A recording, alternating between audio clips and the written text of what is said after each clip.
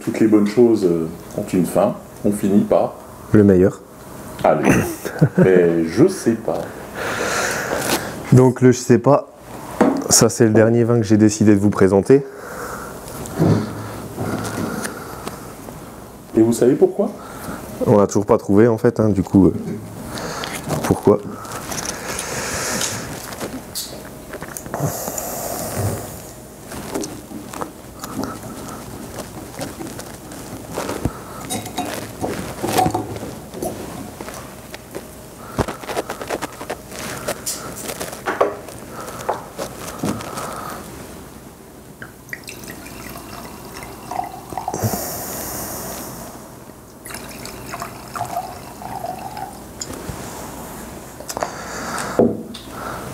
Alors le je sais pas. Ben, du coup avant on parlait de ce que je pouvais un peu peut-être apporter sur le domaine et j'ai dit là peut-être un petit grain de folie quoi. Ben, notamment ce vin, ça fait 3 ans maintenant 3 ans ou 4 ans même déjà qu'on le commercialise. Donc pour la petite histoire, je vais faire rapide. Le je sais pas, c'est un monocépage. Donc on va peut-être faire un petit jeu justement après pour essayer de trouver justement ce que c'est. Alors je vous raconterai l'histoire après qu'on ait goûté peut-être comme ça. Tout à fait. Allez.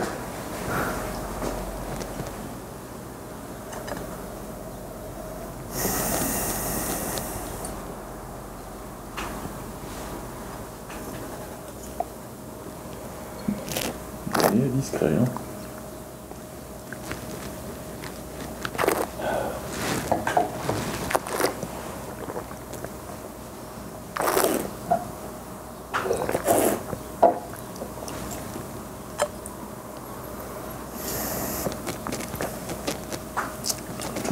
Toujours les amers, hein. C'est bien ça. Il y a une pâte, c'est bien. Une grande richesse quand même. On est au-delà des 30 grammes. Là. Ouais.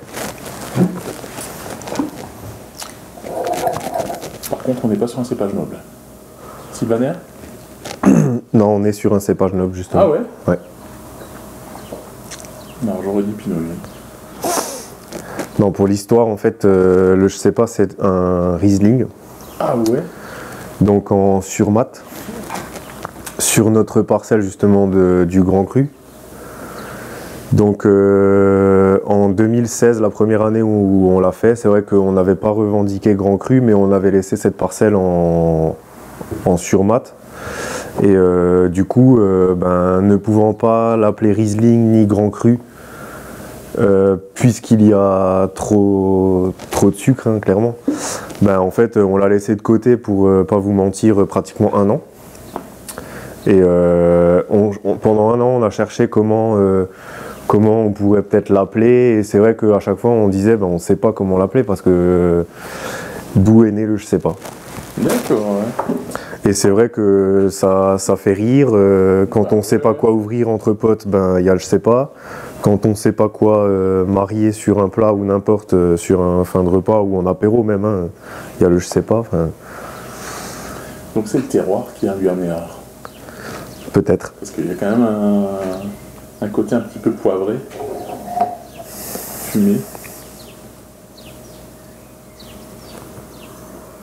Et c'est vrai que les marqueurs du Riesling au nez, on les a pas, quoi. Pas trop parce que justement... la surmaturité. La surmaturité, le sucre fait beaucoup. Hein. C'est impressionnant. Et donc c'est une cuvée qui est appelée à percurer maintenant ou... Bah là c'est 2018, hein, donc on l'a refait parce que justement on nous le redemande. Et maintenant c'est rentré un peu dans nos... Dans le cahier des charges. C'est ça. D'accord, ouais. Donc finalement d'une petite boutade, c'est voilà. maintenant une cuvée à part entière. Quoi. Et il y a même des clients qui nous demandent la suite. Parce que le je sais pas c'est bien, mais il y en a qui savent toujours pas, donc on est en train de travailler dessus, ouais, peut-être pour chercher une idée d'une future cuvée. Ouais. Après, c'est au-delà du nom, c'est quand même un vin qui est assez sympa. Certes, il est liquoreux, hein, on le voit même aux larmes, hein, elles sont clairement. très très grasses. Mais c'est un vin qui se marie parfaitement sur un dessert au chocolat, par exemple. Il y a des gens qui adorent les vins liquoreux à l'apéro. Ça c'est parfait parce que justement il n'est pas trop liquoreux non plus comme on a l'habitude souvent sur des vendanges tardives qui sont quand même très sucrés. Hein. Et puis c'est pas vraiment lourd en bouche, ça se boit assez facilement. Ouais. C'est là où c'est assez surprenant parce que on a une attaque effectivement un peu sur le sucre, mais comme je disais avant, on finit vraiment sur les amers qui permet de rincer le palais quoi, et de préparer déjà ou pour une bouchée ou pour une prochaine gorgée quoi.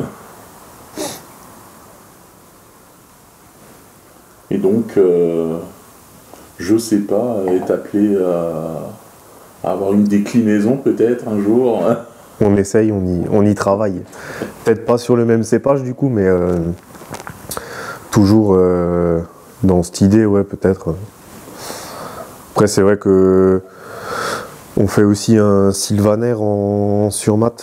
Ça, c'est vrai que ça plaît aussi beaucoup parce que c'est un peu hors ça là, mais le sylvaner c'est quand même un cépage qui se perd de plus en plus, qui est souvent mis de côté parce que c'est le premier sur la ligne, sur la liste, et quand c'est travaillé justement sur une légère surmaturation, ça donne des choses super sympas quoi.